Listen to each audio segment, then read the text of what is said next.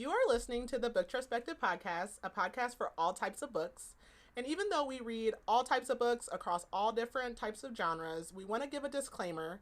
Many of our books and a lot of our content sometimes is intended for mature audiences. And we don't believe in censorship, but we do want our listeners to have the opportunity to decide if our episode or podcast is good for them. So, with that, let's get into the episode. Hey, it's Dominique. And Keely. And you are listening to Booktrospective. And this week we are covering Reckless by Lauren Roberts. Why did that didn't seem right, but I know. Okay. But so we're covering the sequel to Powerless that just came out on July 2nd. So super excited. We were really looking forward to this one. But first, Keely, how was your week? My week has been pretty good. When was the last time? No, we've recorded since getting Evie, so.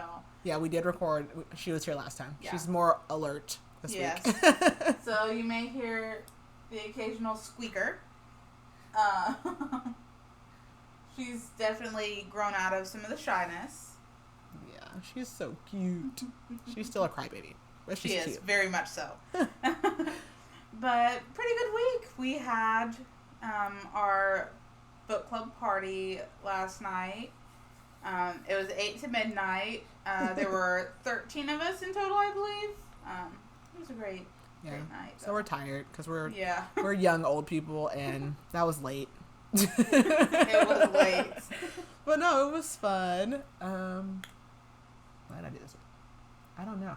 I'm kind of I've seen Keely a lot this week, and I feel like because we had horror book club, then we had book club with the book club party, and now we're recording. So that's pretty much all I've done this week. I mean, if I don't see you at least once a week, I feel like I'm having like withdrawals. Oh, I feel so loved. I know though. Yeah, like it throws me off. I think we're getting back into our rhythm from like all the busy stuff. But I told Keely I was going to tell her something. I was like, no, I was going to wait. So the Lalaurie mansion in New Orleans is for sale. I saw that. And I was like, it's beautiful, but there's no way on this earth that I would ever purchase and or visit and or live inside of there. Like, I know that place, the walls probably bleed at night. Like, there's no freaking way. I mean, I'm not going to lie. I would maybe potentially visit. I wouldn't want to live. I'm scared about bringing stuff back. Like, I definitely would live. I for sure would not live there. I might, like, maybe go in. Like, it would probably... Like, when I was in New Orleans, I didn't even go until... I don't go into voodoo shops, like, because I believe, so I don't mess around. Yeah. But I don't know, like, that place... Oh, I just... Whew. I don't know. There's no way. So I was like... It's really pretty. Like, if you haven't seen it, you should look it up. If you don't know, it's New Orleans, and basically this lady was, like, horrible and was murdering her slaves and all kind of stuff, and then she just vanished when they, like, found out and tried to, like, chase her down. So, and if you've watched American Horror Story, like, it's in Coven. Coven is such a great season. When I was in New Orleans, I went to the Coven house. I went there. I went to, like, all the places. So, anyways, nothing to do with this podcast, but that's cool. So, all right. So we are going to do, we're going to talk about Reckless. So do you have the blurb? I do. The kingdom of Ilya is in turmoil. After surviving the purging trials, ordinary-born Paedyn Gray has killed the king and kick-started a resistance throughout the land. Now she's running from the one person she had wanted to run to. Kai Azer is now Ilya's enforcer, loyal to his brother Kitt, the new king. He has vowed to find Paedyn and to bring her to justice. Across the deadly scorches and deep into the hostile city of Dor, Kai pursues the one person he wishes he didn't have to, but in a city without elites, the balance between the hunter and hunted shifts, and the battle between duty and desire is deadly.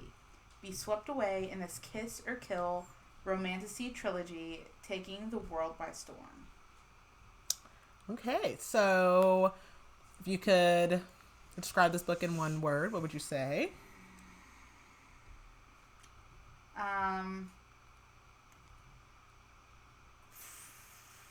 That's a good one. I would say Squeak. I'm going to take this out of the blurb. I would say desire. Okay. I'll just say revealing, revelation, something like that. So I really like Powerless. So we read this book for book club, and if you listen to the Powerless episode, like, our book club didn't love it. I enjoy it. It is YA. I definitely, I mean, I like the first one, but I do think I like this one. It's shorter, which this has nothing to do with this author, but like in general, I have just been like tired of 800-page books. Like, I need shorter. I need shorter books. Like, it's a lot. And so I enjoyed that it was shorter. Also, I can't read anything without romance. Even though there was romance in the first one, it was so slow burn. And extremely slow burn. This one is not.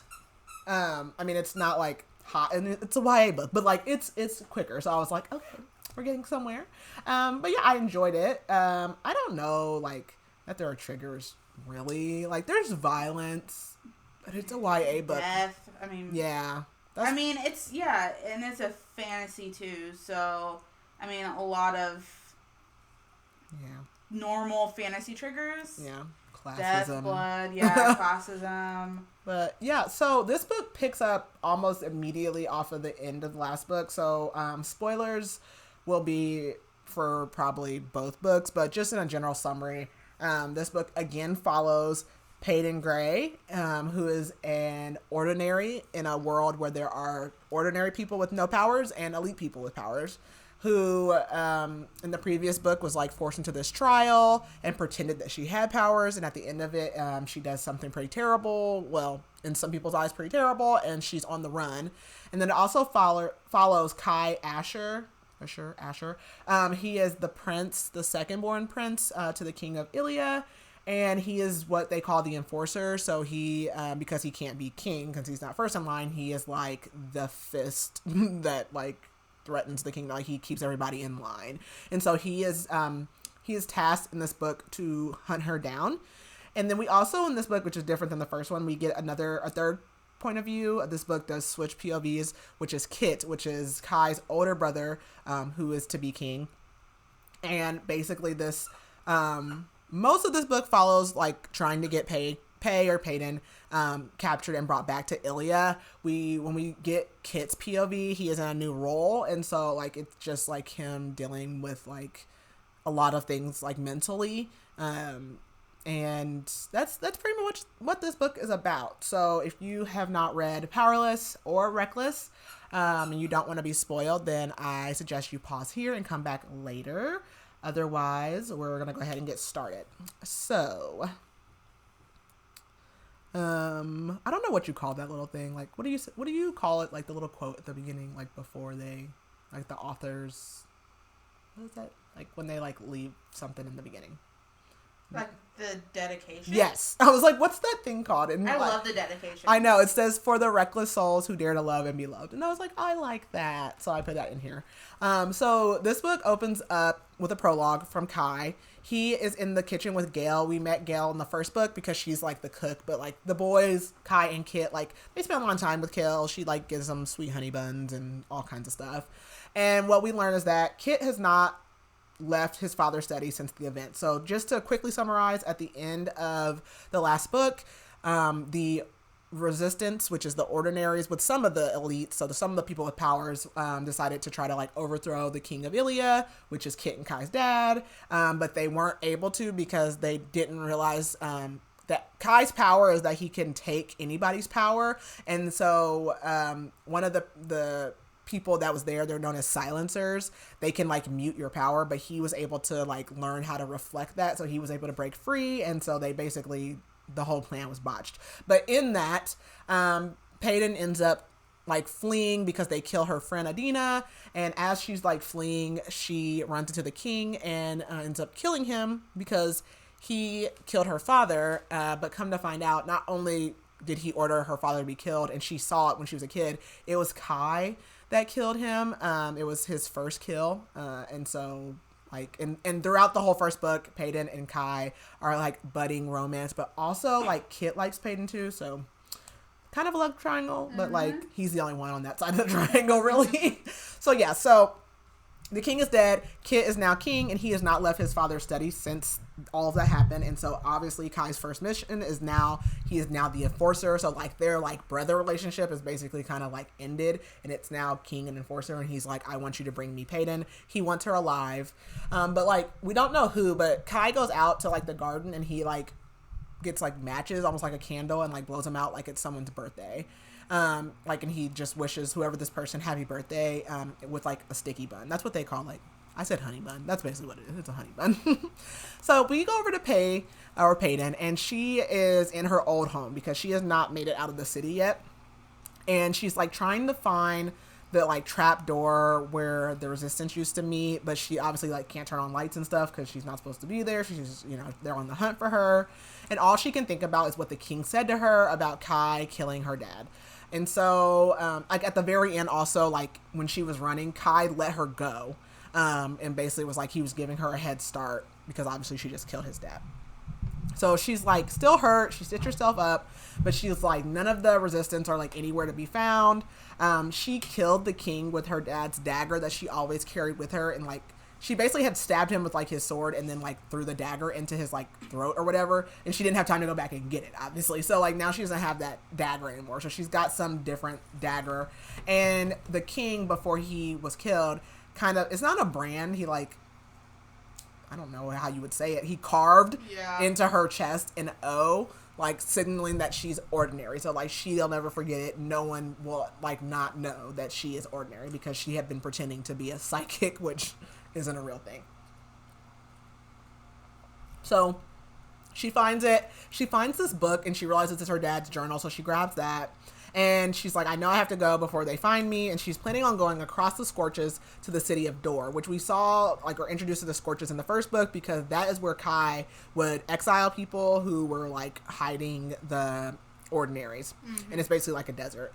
And so she's getting ready to leave. She opens the door and she's like, why are there no guards on the street? Like, that's weird. And as she's there, like, she hears someone coming. So she climbs up in the chimney, which gave me, like, such Akatar vibes. But she's in the chimney.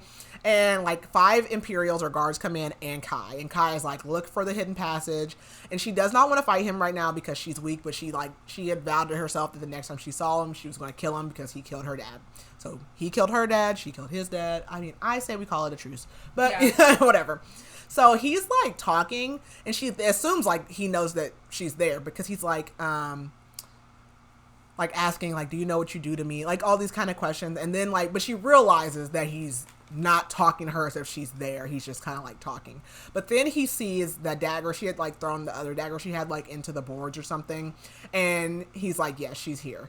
So, well, you know, she's like hiding in the chimney. She's thinking about Adina, which is her friend that they killed.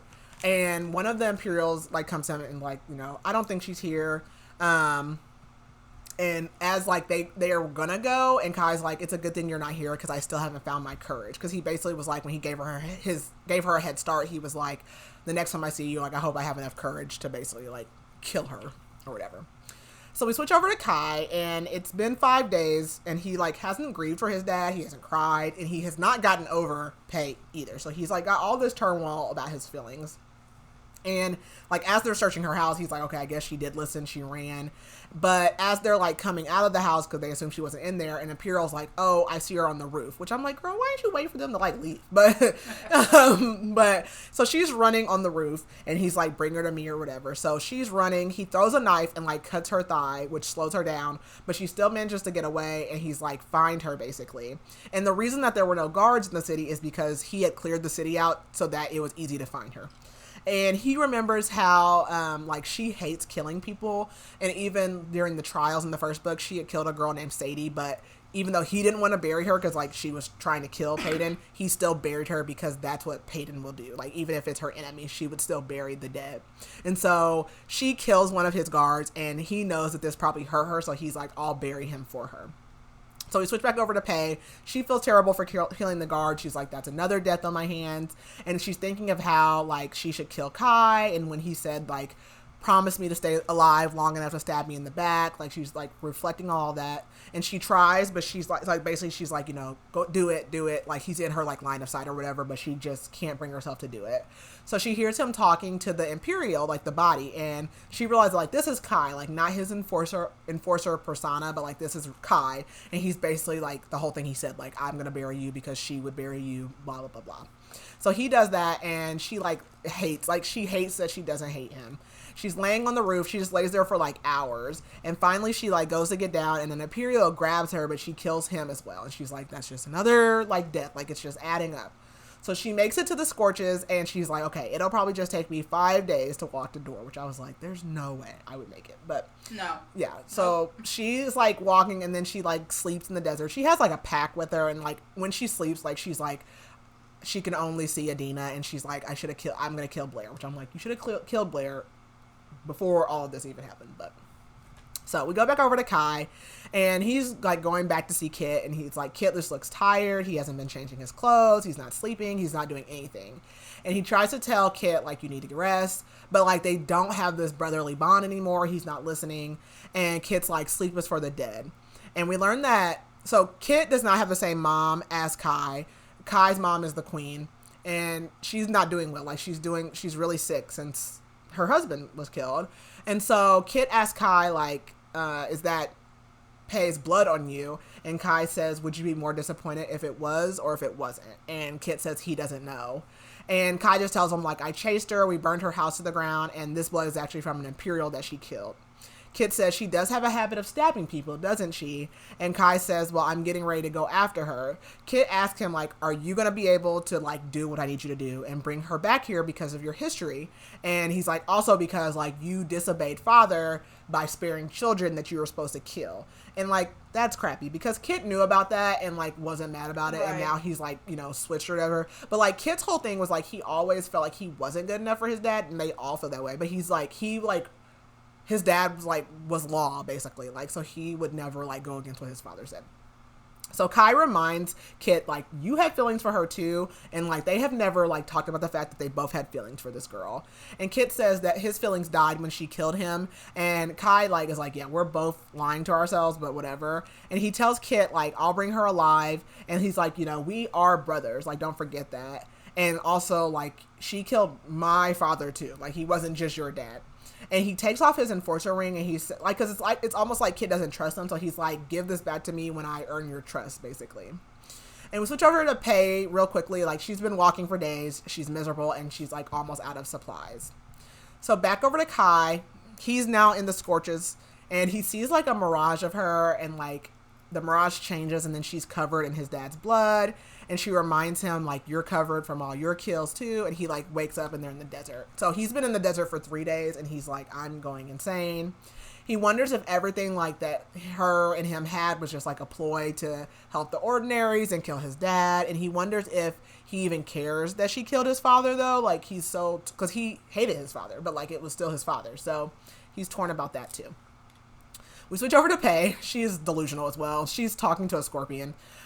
She's, like, dehydrated. It's like, she doesn't even know what day. It's been 5 or 6 days. She's, like, forcing herself to stay awake. She's ready to give up. And she starts passing out when somebody, like, comes and picks her up. And she's assuming it's Kai and, like, he's found her. And she's like, I promise I wouldn't hesitate to kill him. So she, like, grabs this guy and, like, breaks his wrist. But it turns out it's a guard from Door. Like, she's basically made it. And he saw her from his post. So she's like, okay, good, I made it. And he's like, you look familiar. And he says, like, your silver hair is interesting. And he asks her, like, are you the king's murderer, the silver savior? And he's like, you're worth a pretty penny for Ilya, dead or alive. And he, like, slices at her, so she's able to disarm him. And she asks, like, if there's, like, another city, too. Like, do they have a practice? Or no, she asks him if, like, the other city has a price on her head, too. And he's like, yeah, basically, like, they sent out a poster with her face to, like, all the, like, neighboring cities. And basically, like, even though Kitt said he wanted her back alive, but the poster says dead or alive. And basically, she's worth 20,000 silver. So, a lot of money. So, the guy, like, headbutts her in the nose and tries to get away, but she kills him. And, like, she just gets sick because she's like, this is the 3rd person I've killed, like, this week. Which really is like the 4th person she's killed, because it was the two guards, this guard, and then the king. So she's killed a lot of people. We go back over to Kai, and he has found the guard that she just killed. And he thinks, like, she must be her and can't have gone far. So he's like, this must give me an advantage. And he's like, okay, I'm okay with that. So what we know is that the people in all the neighboring cities, so including Dor, don't like the Ilyans because, like, that nobody else has powers except for the people in Ilya. And so, like, they're kind of snobby. Like, whatever. So he knows, like, he can't just, like, go in there and be, like, the Prince of Ilya. So he basically gives the dead guard to another guard in the city. He's like, have you seen this girl? And he sees the poster that says dead or alive as well. And he's like shocked that there's like a reward out and that it says dead or alive. And the guard is like, well, who are you to be asking? And he's like, I'm the man with the 20,000 silver. Like, if you want to get paid, it's me. So they realize that he's the enforcer, and like he goes and he's like, I need to get food for my guys, and they're like, the merchant's like double, like they do not like him. So he's like, yeah, I can't go around like letting people know who I am if I want to get any information. So he splits up from his guards and he's like, we'll meet back up tomorrow. We go back to Pay, and she's like haggling with this guy that she's been stealing from for a couple of days. His name is Francis, and she's like, come on, Francis, like, don't you want to be my, like, she's just like talking to him. And she finally does feel comfortable in the city, though. She feels kind of like an equal, but it's so hot there. Like, it's crazy. Like, it wasn't like that at all, but like the desert or whatever makes it hot. And the guy's like, it's winter here. So like, it's hot and it's winter. So like in the summertime, she wouldn't even make it. And Francis like finally talks to her, and he calls her pale thing and like is like, you're funny or whatever. And so she leaves, and she sees her poster, and she like rips it down. And she is like tanner than she's been before, but she's still like very pale compared to the people there. And also, obviously, she's the only person with silver hair. And I don't know that they've ever touched on this, but apparently like abnormal hair colors are like common with Ilya. And I don't remember them mentioning that in the first book or like what that means, but her having silver hair basically like designates that she's from Ilya. So she can't like let people know who she is. She needs money, and it's hard to steal there. So she hears people talking about like a fighting ring or whatever and betting, and she's like, okay, I can find some money there. So she wants to go fight, and I was like, this is stupid. If you're trying to hide, this is the last thing that you need to do. So she goes to like the guy who, Raphael, something like that, who like runs the ring, and he's like, no, like you'll get eaten alive. Like you're a scrawny little girl. You're not fight. Well, she has her hair wrapped up, so he doesn't know she's a girl. So they think she's a boy. And she threatens to tell the guards, like, that he's down there gambling or whatever. And he's like, I like your spirit. And he's like, you can fight in an hour. And so he's like, what's your name? And she's like, my name is Shadow. We go back over to Kai, and he has been wandering around the city. He's, like, kind of relieved that he hasn't found her, but, like, obviously he's still looking for her. And he can't really use his powers here because no one here has powers. And the bad thing about Kai's power is that it relies on the fact that he's near other people with powers. And the only people that have powers there are his guards, and he ditched them. So he feels like someone's trying to like steal out of his coin pouch, and he thinks back to when he first met Paedyn, and that's like how he kind of met her. She stole from him, and he's like, maybe this is her like stealing from me and not realizing it's me again. So he turns, and it's a little girl with red hair, and he recognizes her, and she's from the first book when she's basically an ordinary, and the family in Ilya was hiding her, so he exiled them. And let them live, but like exiled them. So they made it to Dor. And so she's like, are you here to actually kill me this time? And he's like, no. And she's surprised that he like remembers her and everything. And he asks, had she seen Paedyn? And she says no. But she like looks like she's got somewhere to be. So he's like, where are you going? And she's like, I'm trying to get to the match before it ends. So basically she steals now all the time, and that's how she feeds her family. And she's like, there's a new favorite fighter down there, so there'll be a lot of people. And she's like, I'll take you or whatever, but you need to keep your hands to yourself because the money's mine. Like, obviously this man is not stealing, but okay.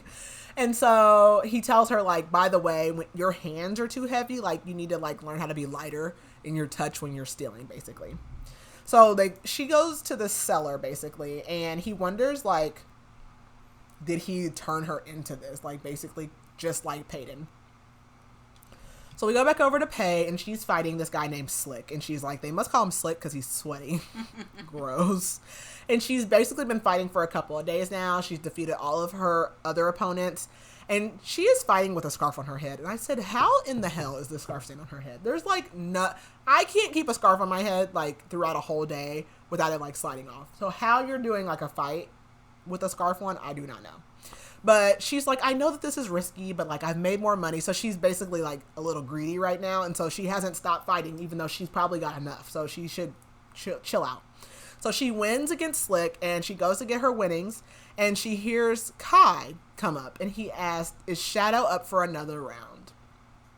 And then we go to Kitt, actually. So Kitt is just thinking like he's not even sure like how many days it's been since he's taken over for his father. He didn't know that he could be so cruel, and he wonders if his father would be proud of him.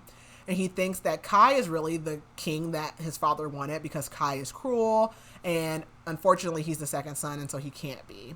And all he is like thinking is that he can't stop thinking about Paedyn either. Like, and he like writes about her like when he can't stop thinking about her. We go to Kai, and he's like, I found her, and he recognized her by her fighting style. So even though she's all wrapped up, like, he obviously was fighting with her when they were training in the last book, so he knows how she fights. And he knows he can't lose her and thinks, like, he needs to follow her. So basically the guy's like, yeah, you can fight her or whatever, like, in an hour or something. So, like, she leaves. But before he does, like, the guy's like, well, what's your name? And he's like, Flame. I'm the flame to her shadow. So Kai is like, you know, he's like, I can't leave her or lose her or whatever. So he follows her and she disappears into this alley and he's like, where does she go? But he looks up and like, I know this girl climbed up this wall because she's a climber. And he finds her, like, he goes to this window after her and immediately she has him like with a knife. And she's like, if you move, I'll stab you. And she says, like, I have a proposition for you. We go back, we'll fight. You let me win and I'll go quietly with you back to Ilya. And because she's like, don't move, not even your lips. And so after she says that, he's like, can I speak now? And he's like, why didn't you just kill me? And he's like, you can't do it, can you? And she like slices him like in other places, but obviously not like deadly places. And he grabs her and he's like, you can do better than that. And I was like, the tension. We already have the tension. So he's like thinking like here, like basically he starts being delusional. So he's like, we're nobody here. And this is all pretend. And I'm nobody, and we're in the dark, and I can't even see her, and she can't even see me. Like, this isn't real. So, he basically wants to start making out with her, and she's like, I hate you, and he, like, grabs her face, and he's like, you promised to be my undoing, prove it. And he says, hate me enough to make me want you, and they start, like, making out, and he keeps telling himself, like, this is a stranger, this isn't real, this is allowed. I'm like, you're delusional, bro. Like, you know exactly who that is. But whatever you gotta tell yourself. So she pulls away and she's like, don't do that, and like lunges at him, but then she puts away her dagger and he's like shocked at like himself and at her, and she's like, do we have a deal? And he says like, fine, we have a deal, basically. So they head back, and as they're going back, he like whispers like Silver Savior to her in the cage. So they get in the cage and they're like circling each other, and so she like punches him after that.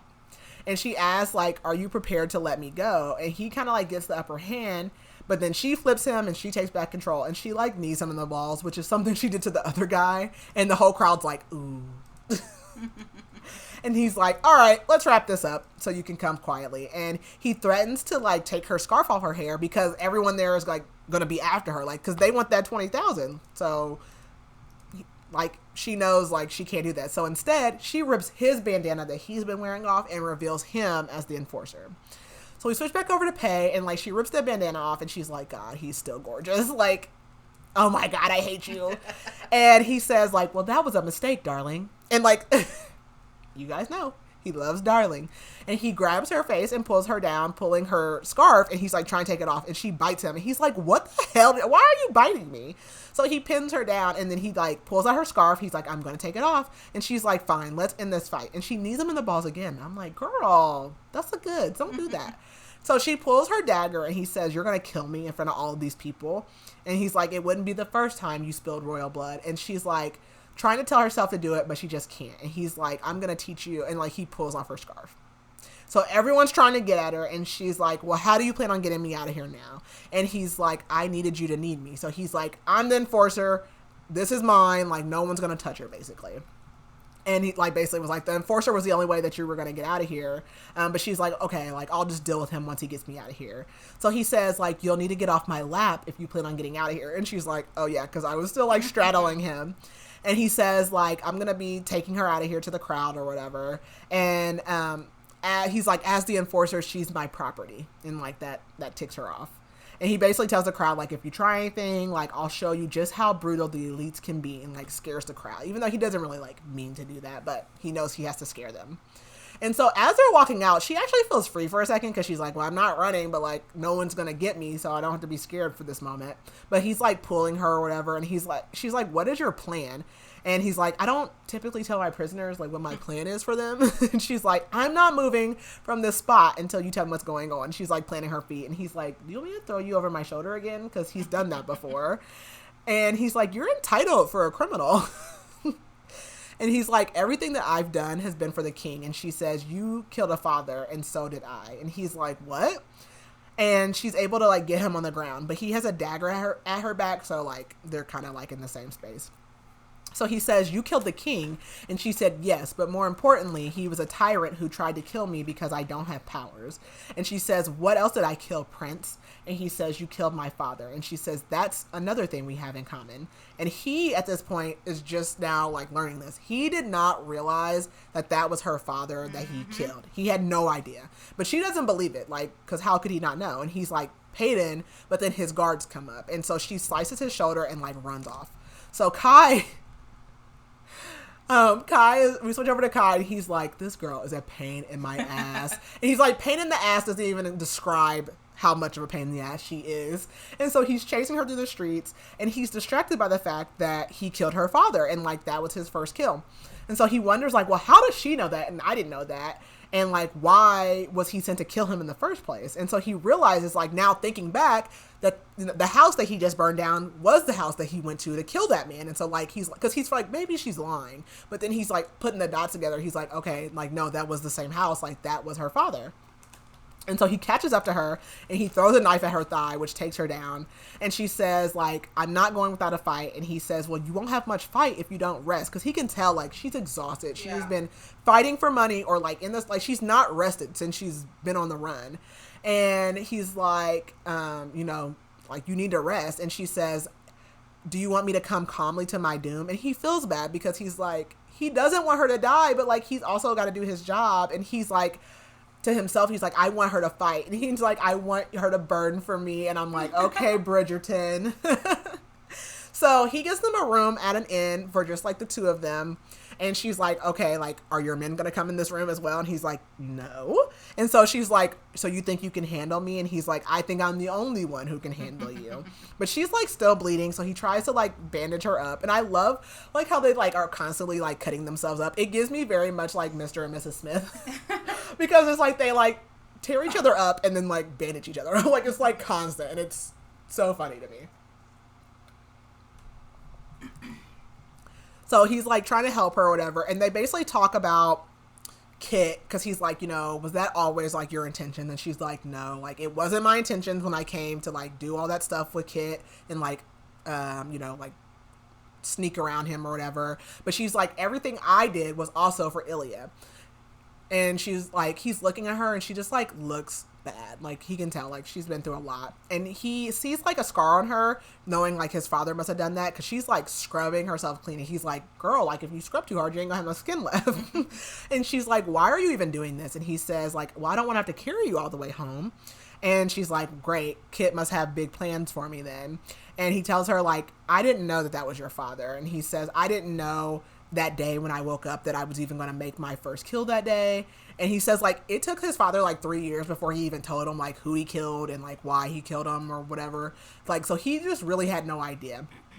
And so she's like, well, you just blindly killed innocent people without questioning him. And he's like, I mean, you don't question the king or whatever, but he's thinking to himself, like he almost feels relieved that she killed his father. And he knows that that's terrible, but like he hated him.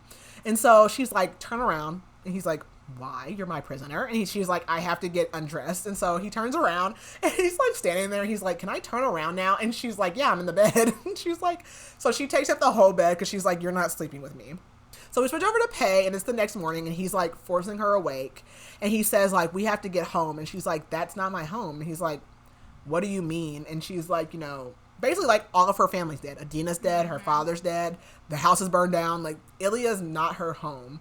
And like they argue again about her killing his father and back and forth or whatever. And so he disguises them up for the day and they go. And she's like bleeding again while they're walking and cannot keep up. So he like rips his shirt to wrap it. And we switch over to Kitt. So he's at the window, still in the office. And he's basically been dumping out his food. So he's not eating. He just dumps his food out the window. And he's like, wondering if like anyone's going to catch on. And Andy comes in, which Andy is their cousin from the first book. She is an elite. And she like lives in the palace because she's also what they call like a handy. Like her dad was basically a handyman and like taught her.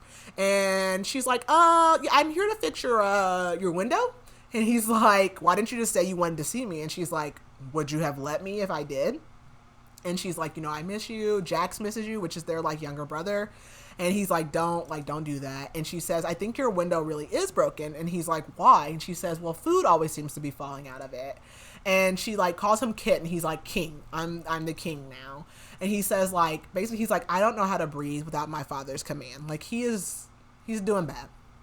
So we go back over to Pay, and they like link back up with the other the guards, and like one of them just like grabs her by the hair and like is calling her like a bitch and threatening to kill her. And Kai's like, excuse me.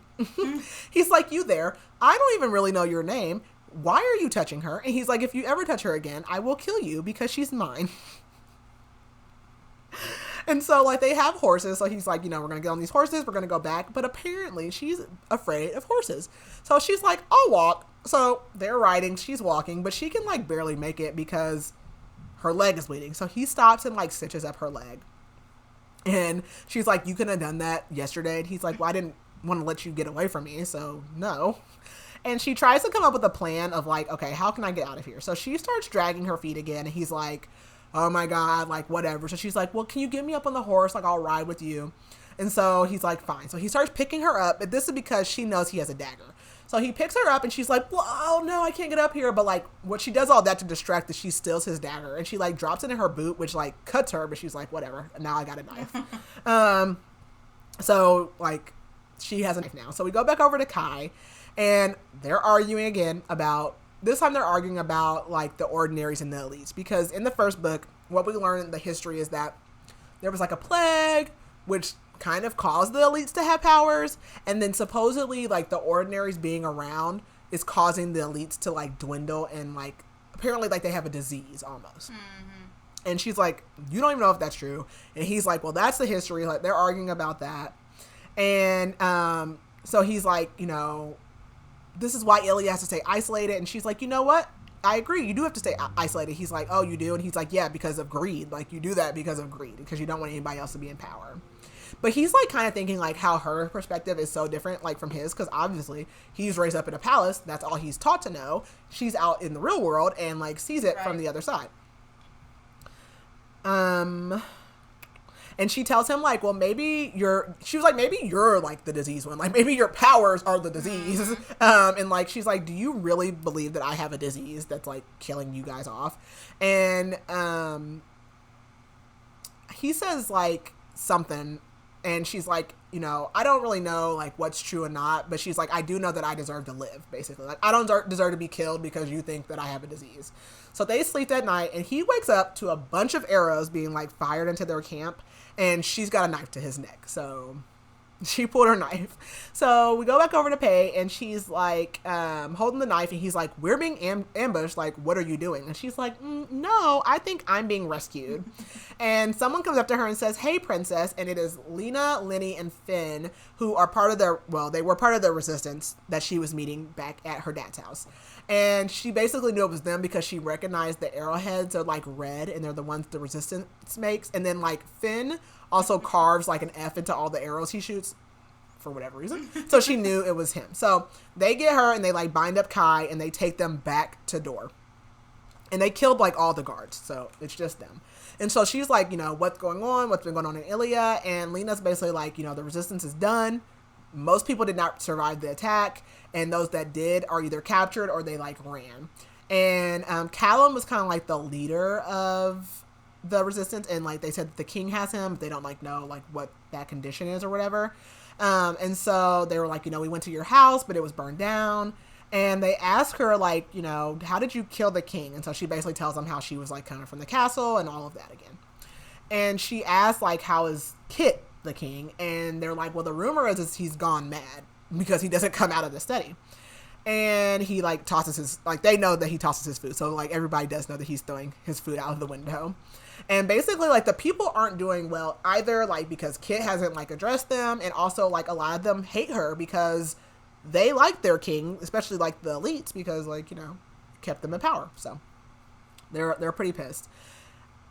And then also they tell her like, you know, the queen is like dying basically. So they go back to door and they basically go to this like house or whatever, and we learn that Lenny's mom is there, and so there's like other people there. Some of them have powers, but basically a lot of them are what they call mixed, so they are kids of elite and ordinary parents, so they have like partial powers. Like one girl's like, I can like disappear but like part of me still shows, or like one guy's is like, I can like bring fire but only if I like cut my hands together like and keep it like that. So they don't have full powers.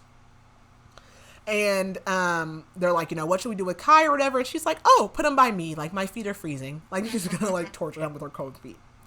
So we go to Kai, and basically it's been 2 days. His hands are numb because he's been tied up for 2 days. And he looks at her, saying, like, talking about her, like, scar on her neck. And he's basically like, you know, I know how painful it was because, like, his dad used to cut him because his dad wanted him to learn how to mend himself. So he would stab him and do, like, terrible stuff to him. So, like, he gets it. And basically the plan is that they want to take Kai back to Ilya and use him as leverage to like get an exchange for Paedyn's freedom. And then they want to leave him there, and then they want to go back to Door and live happily ever after. And he's like, that's a bad plan. Because he's like, first of all, when I get back to Ilya, then I'm going to have powers.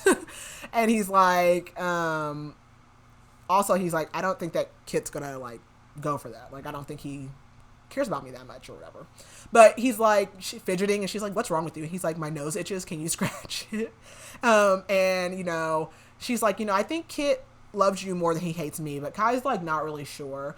And so now he's like tied to her, and like they both like pass out. So they wake up again, and I don't like this part because I feel like we never like circle back to the other people. Like I kind of like was curious, but whatever. So they wake up and it's just her and it's just him and Paedyn, and they're like tied together in a dungeon prison. So they're like, we must have been drugged, which I'm like, I have so many questions because I'm like, were they in on it? Because how did you get drugged and you were like with them? And I don't think that they would. Because, right. I didn't think that they would. Like, why did you save me? Right. And come back here? And it's like, but like, how did they get in there? Because it's not any of the resistance people. It's Raphael, the guy that was over the fighting ring. He's like, basically he had guys stationed like watching for her to come back. But I'm like, how did you get in the house with them and steal them without doing anything? Like, are they dead? I mean, we don't know like what happens because it's only those two down there. So like they're stuck, they're tied together. And she starts panicking because she's like claustrophobic. And Kai's like, you know, calm down, like feel the ground. There's enough room. We're fine. And that's when like Raphael comes up and he's like, you know, whatever. He's like, I couldn't pass up on that price or whatever. And also you have him, like it's like a bonus or whatever. So Kitt, we go over to Kitt for a second, and he's just thinking about how like he does not feel like king. Like he feels like he's pretending. And this is interesting to me. So this was Callum, right? Yeah. So Callum's like now his like, what do they call him? Adversary or like mentor? Like yeah, like a. So like we need some explanation there because Callum was over the resistance, and they captured him. Is it the same Callum? I'm confused about this. I am confused too. Because Callum was over the resistance, but now he's free and around. Like now he's like instructing Kitt as king, and he's basically like, you need to address your people because like they have all these rumors about you.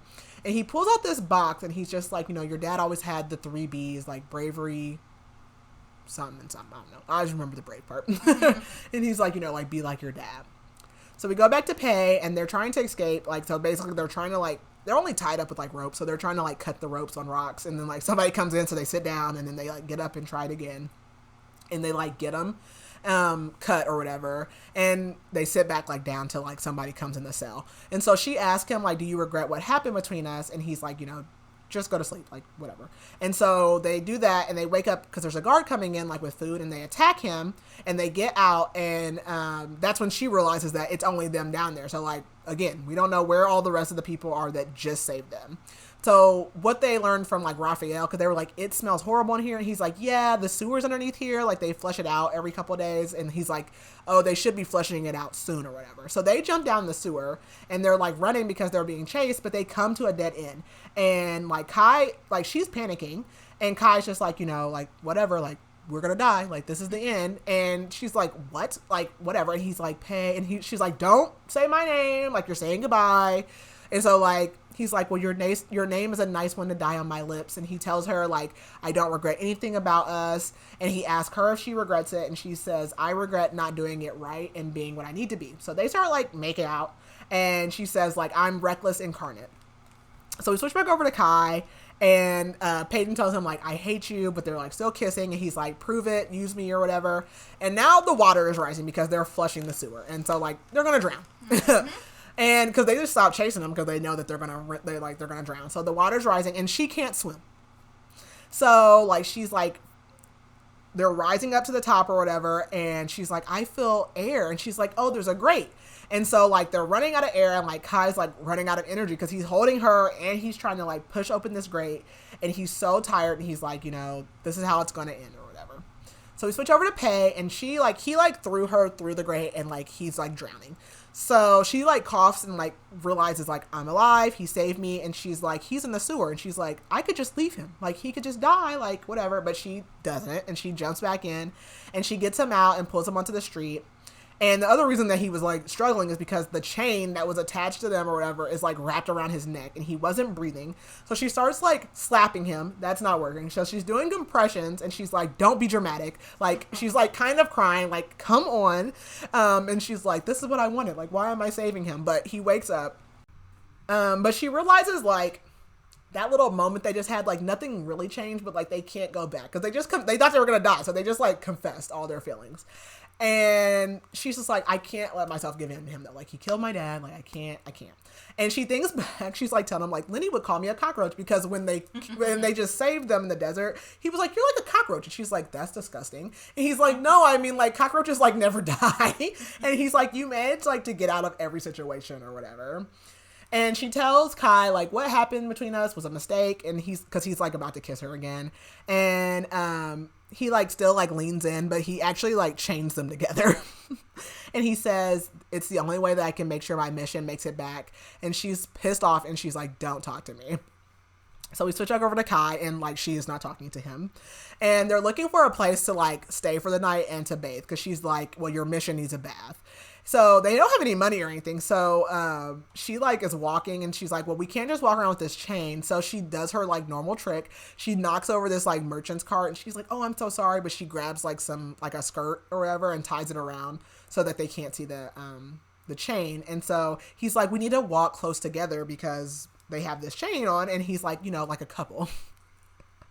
And she's like, fine. So they break into like an inn for the night, into like an empty room, and she says, I loathe you. And he like reminds her like, well, you kissed me. And he's like, I think that you just loathe yourself because of it.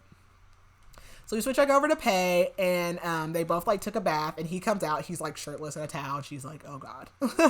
And she's like, you can't sleep in the bed with me. He's like, what the hell are you talking about? Like, I'm not sleeping in this bed. Like, I'm not going to keep doing this with you. I'm sleeping in the bed. And she's like in the bed, but like shivering. So he's like, look, you need my body heat. So he's like, he gets in with her or whatever. And he's like, just pretend that we get along. Like, just pretend. So they go to sleep. They wake up. Of course, they're like all tangled in each other. And, she assumes like, but he's like pretending to be like content with this. Like, no, girl, he likes you, but whatever. And he wakes up and he's like, you know, we're gonna go through door and go to the outskirts, and then we're gonna cut through what's called the Sanctuary of Souls to get back to Ilya versus going across the Scorches. And she's like, that's like filled with like vagrants. And he's like, it's fine, because what we learn is that his dad used to drop him off there basically, and like as other training tactics. His dad did every horrible kind of training to him. Like, thank God God's alive. So, right. so there's that.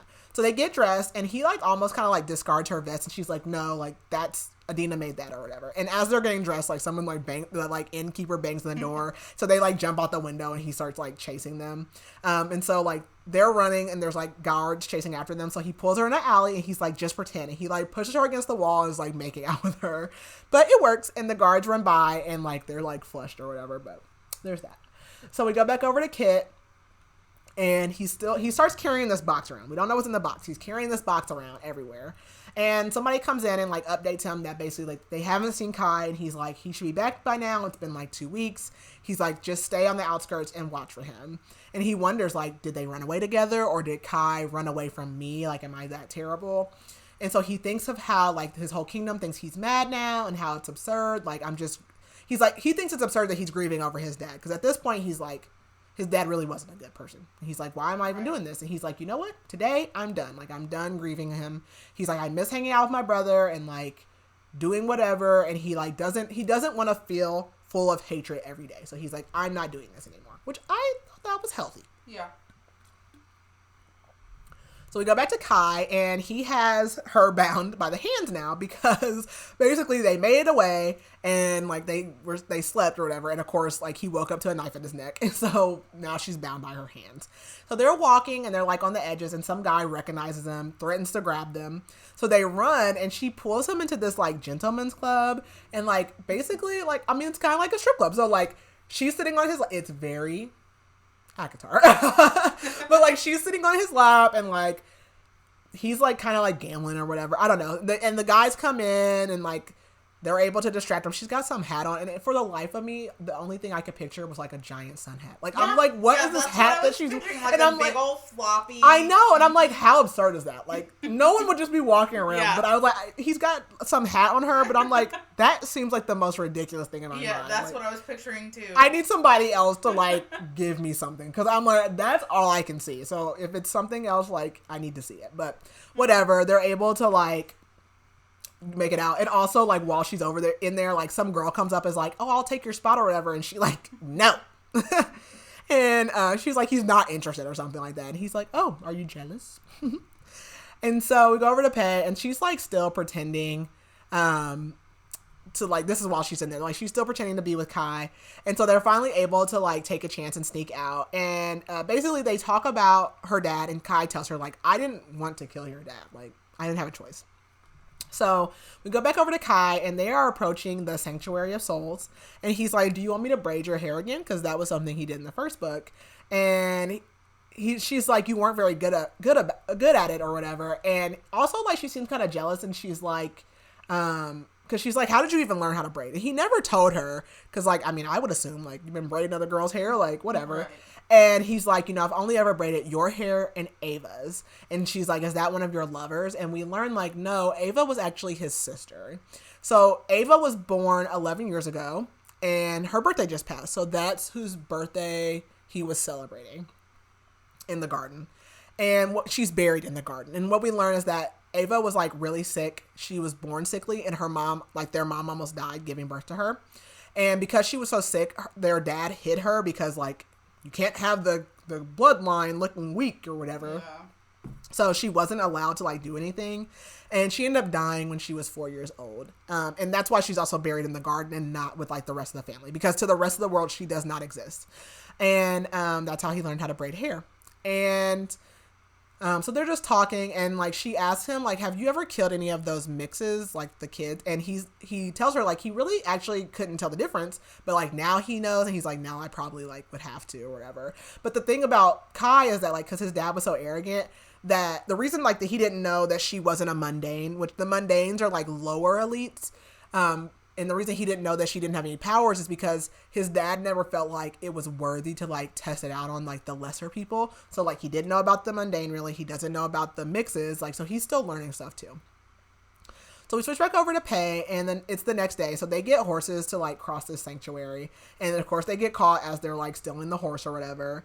But they get out, and she considers asking him, she's thinking about how Kai asked her a little while back, like why she never questioned why she wasn't a mix, which I feel like we're really just learning about that. But basically, like after they meet the mixes, you know, her whole backstory is that her mom was an ordinary and because her dad had powers. He was a healer. So it seems like all of the kids of those offspring do have powers. They're just like the mixes, and she doesn't have any. And he's like, basically like, you know, did you never question that? So like now she's kind of like thinking about it. So they're like on this horse, she's conquering her fear or whatever. And she's like thinking to herself, like, you know, I could just turn this around. He's like, you better not. Like he already like knows. So they like ride all day and they stop for the night. And she's like asking him questions. So he's like, dance with me. And she's like, what? And he's like, dance with me, because that's what he did in the first book. He was like, if you want me to answer your questions, I want you to dance with me. And so she does. And she asked him like, why did you tell me about Ava? And he's like talking about, I think it was the second ball where he like got super drunk. And basically like she reminds him of Ava. Like he thinks like if Ava had the chance, like she would kind of have been a lot like her and like had a fiery spirit. And, you know, it just makes him think of his sister. And he like picks her up and puts her on top of his feet. And she like almost wants to cry because like that's how she used to dance with her dad. So they're both like very emotional. And we switch back over to Kai, and like he's bleeding because he got sliced somewhere. I don't know. They're always getting sliced. Yep. So she's like super concerned. So she's bandaging him. And he's like telling her during this time like how he rebelled against his dad by refusing to kill children. So whenever his dad would send him out, if there was children in the family, he wouldn't kill them. He would just exile them to the Scorches, and like hopefully they made it to Dor. And then we go back to Kitt. So he's finally like leaving the study. And he's walking around the halls, but he sees Gale. So he's like, oh, I'm going to go back. But she's like, Kitt, is that you? Because he knows that she'll call him on like his crap. So she calls him into the kitchen and gives him food. And she's like, you don't like my food anymore? He's like, no. And she's like, well, I hear that you're dumping it out the window. So like, what's up? And he's like, I just don't have an appetite. And he's been avoiding her because she'll make him talk about his feelings. And like, they're like preparing stuff. And he's like, is it somebody's birthday? And then he remembers like, it's Ava's birthday. So he like runs out because he's just like, you know, he's all messed up too. So we go back to Pei, and she notices something. They're in the sanctuary, and it's basically a bow. And she finds like a bow and a bunch of arrows.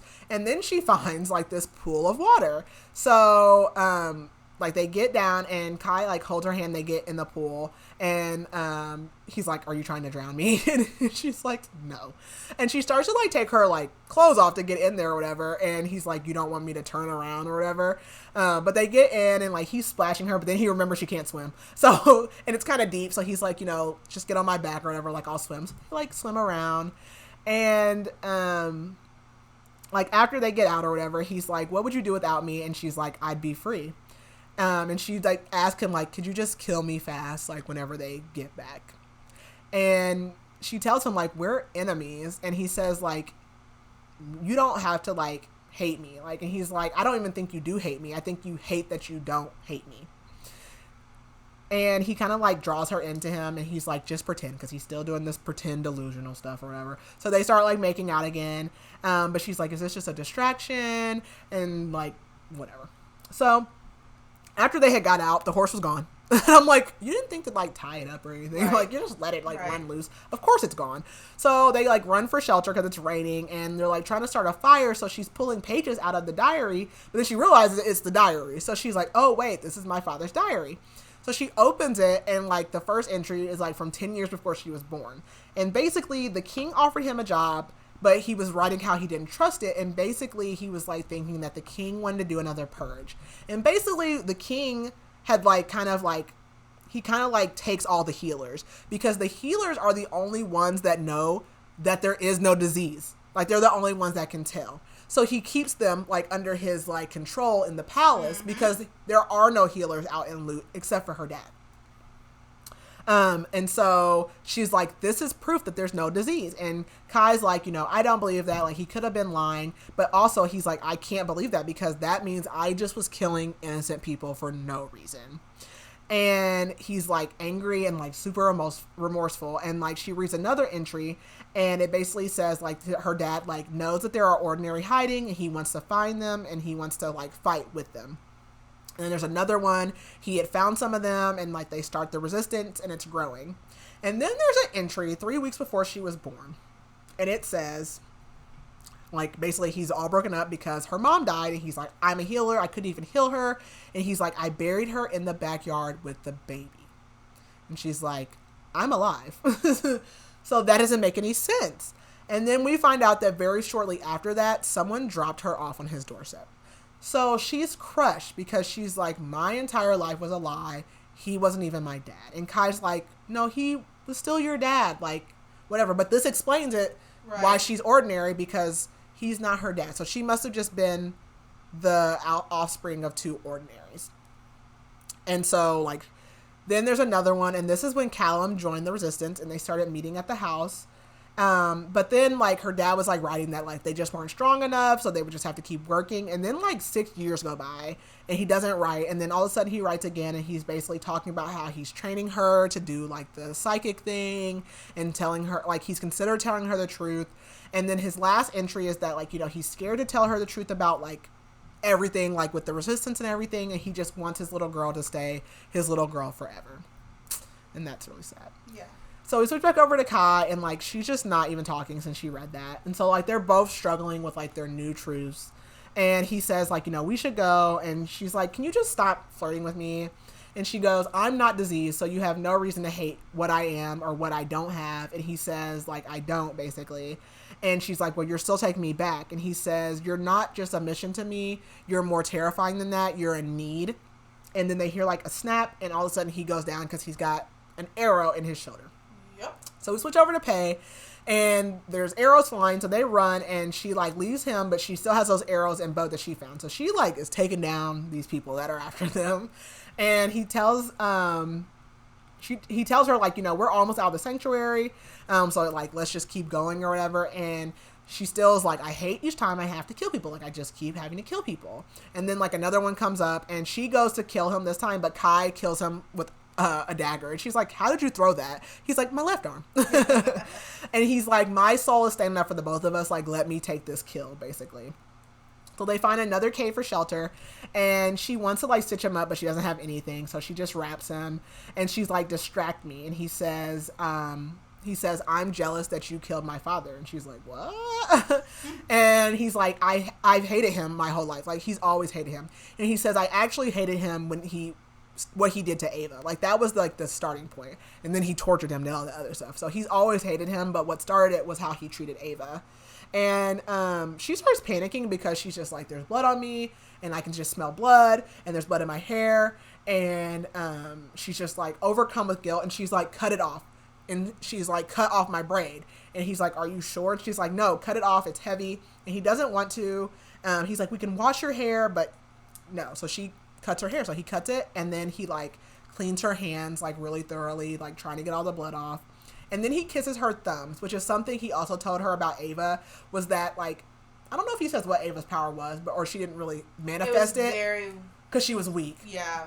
And so he would, like, kiss her thumbs to, like, give her power or whatever. And so he's like, I've never done this with anybody else, but that's why he kisses her thumbs, which he did that in the first book too, but, like, that's why he does it. So we go back to Kitt, and he is like, he has not visited his father's grave, but he's afraid. So he's like, I'm not going to do that yet. But he does visit Ava's, and he apologizes for forgetting. And he goes to visit the queen, and Jax is in there, and he says, like, you know, he comes every day. And okay, so Jax isn't really their brother. Mm-hmm. Was that the first book? Yes. Okay, I forgot about that. So Jax is, like, adopted. Mm-hmm. And he's like, yeah, like, you know, she's like a mother to me, and she took us in. And the queen looks to him, and, you know, it's like, you know, I heard you weren't doing well, and it's surprised he came. And they don't have the best relationship. Obviously, like, that's not his mom. And she says, like, you know, I really didn't make enough effort as your stepmom, basically. And she's like, God, you look like your dad. And she says, you know, I didn't want to marry him. Like, because the king told this whole story about how he married her because she was late and blah, blah, blah, blah, blah. But he just really needed, like, you know, a wife and more heirs. But she kind of was forced to marry him, and didn't really want to. But she's like, basically, like, over time, she fell in love with him or whatever. And she tells him that in the drawer, like in the desk or whatever, that his dad had actually left him a bunch of letters about guiding him if something were ever to happen to him. And so, like, he should read those. So we go back to Kai, and they wake up, and they're just, like, a day away from Ilya. So he's like, we're only a day away from me giving her over. And she's like, can you bury my father's dagger with me? And she's, like, messing with the ring on her hand, which is her father's ring. And she's like, you know, I wore this because I thought it represented the love between my parents, but, like, that's a lie, like, because these aren't my parents. And she's like, that's when she says, like, it explains why I'm not a mix. And they make it to this field, because he's like, you've never seen the field, because she's never been outside the city. And it's basically a field full of, like, these beautiful flowers. And they, like, run through the field. And he asks if she regrets cutting her hair, and she says no. And he's like, good, because I always had a thing for someone with short silver hair and blue eyes. And he's like, how tall are you? And she's like, 5'5" or something like that. And he's like, in 5'5", and, like, spitfire, like, all of the things that make her or whatever. And so we switch over to Paedyn, and they're laying, like, in the flowers, like, making these flower crowns, and she gives him one, and it's like, oh, look, you're a prince again.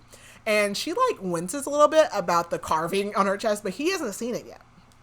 And he's like, what's wrong? And she's like, nothing. And he's like, what is it? And, like, she's, like, blocking him or whatever. But he's able to get it, and he sees it, and he's, like, disgusted and pissed. And he knows immediately. And he's like, why didn't you tell me? And she says, because I can barely stand to look at it or look at myself. And he's like, he didn't ruin you. Like, it's a scar that represents your strength. Like, don't let it make you feel like less. And we go back to Kai. And he's like, I don't know if I can finish this mission. Because he's dragging this day out. And, like, they're, like, sleeping and napping. Like, they're so close, but, like, not going anywhere. And so they sleep again. They wake up. And he asks her, like, what do you want me to be? And she's like, you know, you're supposed to hate me. And he says, like, look me in the eyes and tell me you want me to hate you. She says, please, like, just hate me. It's easier. And he says, I want you. He says, I've never had a choice of anything in my life. Not even you. Like, do you think I would let myself fall in love with you if I had a choice? And we switch back to her. And he's telling her, like, out here, I'm Kai. I don't have my powers. I don't have anything to hide behind. He's like, I'm professing my love to you. And he's like, I'd fall on my sword if you wanted me to. And he says, you asked me what my favorite color was, and I realize it's the blue of your eyes. And he says, tell me you hate me. And he's like, I'll still count every freckle you have.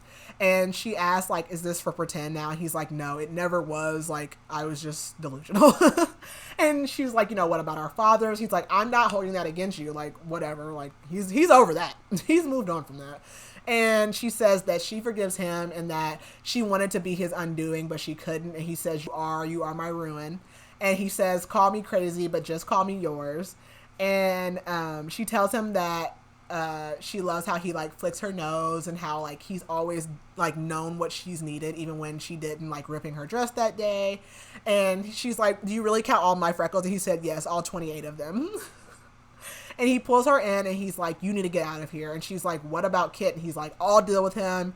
Because Kitt already knew. Like, he asked him, and he's like, you know, Kitt figured I would do exactly what I'm getting ready to do now. And she's like, no, I'm tired of running. And he's like, well, then I'll spend the rest of my life tracking you. But he's like, freezes. And she's like, what? And he's like, they're coming. And she sees them. And he's like, just play along. And so the men come up, and he's like, it's about time. And so he puts, like, his enforcer persona back on. And he's like, get this chain off of me. And, like, one of them just slaps her. And he's like, if you touch her again, I will, like, what's wrong with y'all putting your hands on her? And they cut off the chain, but they literally, like, slice her leg, like, getting the chain off, like, purposefully. Yeah. And then they, like, drag her through the city, and she's, like, just ready to cry because all the people are, like, looking at her like, oh, we hate her. Like, if you watch Game of Thrones, shame. You gotta be a Game of Thrones watcher to know what I'm talking about. So we go to Kai, and they're, like, going into the palace, and he's like, I feel like I'm walking her to her doom. Like, I don't know what kind of brother I'm gonna find in here. Like, is it the old Kitt? Is it the new Kitt?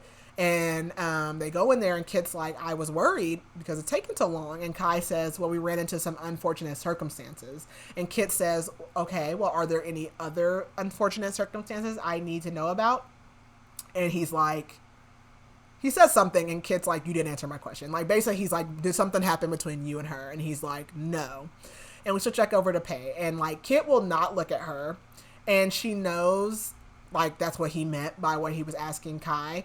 And so Kai says no, and she looks at him and can tell, like, Kitt looks bad. Like, his clothes, like, he looks a mess. So she can tell he's not doing well. But then he finally looks at her, and she can tell this is not the same Kitt. And he asks, like, do you confess to, like, everything? And she says yes. And he says to the crowd, like, I've heard the rumors, and I assure you that my decision will be anything but crazed. And he pulls the box out of his pocket and opens it. And it's a ring. And he says, you will be my bride. And at the beginning of this book, I had a feeling, like, I don't know what, but I was like, what if he makes her marry him? Like, I was like, what if that's it? Like, and I was right. My mouth still dropped, but I was like... No inkling in me, but now looking back, I'm like, okay, it kind of... He loves her. Some lead up kind of makes sense, like the talk with his mom about she didn't want to marry him at first. And... Yeah. So, interesting. And interesting. So, our last chapter is Kai, and he's like, I can't breathe. Like, he's like, I brought her back, and, like, this is the worst thing ever. Like, he's like, why does Kitt even want her? And he's like, I'm going to have to serve her and watch her be with my brother for the rest of my life and love her from a distance, and there's nothing I can do about it. And that's how the book ends. Yeah. So, thoughts? I was angry. Shocked, too. Yeah. I really liked it. I did. I liked it. I had a feeling, like, we know she's not going to die. Mm-hmm. Like, I know that there's at least one other book. Mm-hmm. So I was like, she's not... It's going to be Fearless. They released the title. Oh, okay. When is it supposed to come out? Did they say? They don't know. Mm-hmm. So, yeah, I knew, like, I'm like, they're not going to kill this girl. So, like, you know, I wasn't ever worried about that, but I was like, what are they going to do when they get back? Mm-hmm. So, I haven't rated it yet. I need to.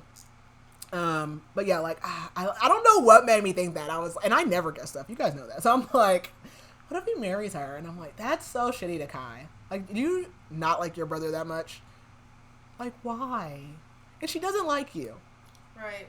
And you know she likes your brother. Yeah. Like, and you know that your brother... Like, why would you be like, your punishment is to marry the enforcer? Like, to everybody else, they'd probably be like, damn, I don't want to marry him. But, like... Right. Like, I don't know. So, yeah. So, what did you rate it? 4 stars. Yep. I was like 4 or 4.5. Again, okay, I'm so confused about this Callum thing. Maybe it's because I'm listening to the audiobook and not reading it. I'm going to have to circle back. If I'm wrong, somebody tell me. But I'm like, is this the same guy?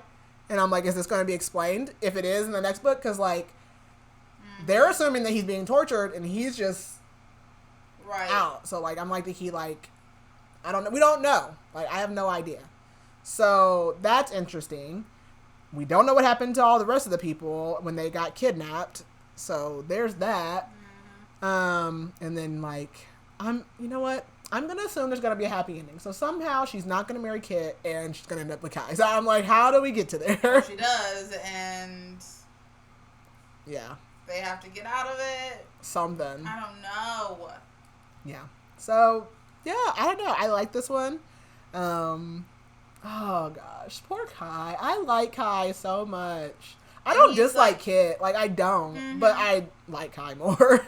Right. And it's like, he's in this never-ending torment. Yeah, I think, like, the last line is, like, because the beast never gets the beauty or whatever. So, like, and he's just had such a crappy life. Like, oh, and he's like, what was he calling her? Like, his salvation or his something, I don't know. And like, his paradise. His paradise, yeah. And like, he was okay with her, like, being like on the run, like, not, but like, to have to watch her every day be with Kitt. Not just another man, but your brother. Your brother. Like, their relationship is, like, him and Kitt's relationship is, like, done. Like, and that sucks. So, I'm ready for book 3. Yep. Fearless. So, okay. Well, that is all we have for that one. Let me see what the next book is. I know we just talked about it, but... The Roommate Risk, I think, yes. by Talia Hibbert. Yep, The Roommate Risk by Talia Hibbert. So, we're just doing a nice little romance. A little lighthearted. And then after that, we'll be diving into Throne of Glass series. So yeah, super excited. If you haven't already followed us on all the social medias, make sure you have. Our TikTok is getting there. We made it to 500. Now we're on our way to 1,000. And we definitely appreciate it. Make sure you are interacting, like rating the podcast, commenting on episodes, sharing it with your friends and family. We appreciate all of that. And I think that's all I got. That's it. All right. Bye. Bye.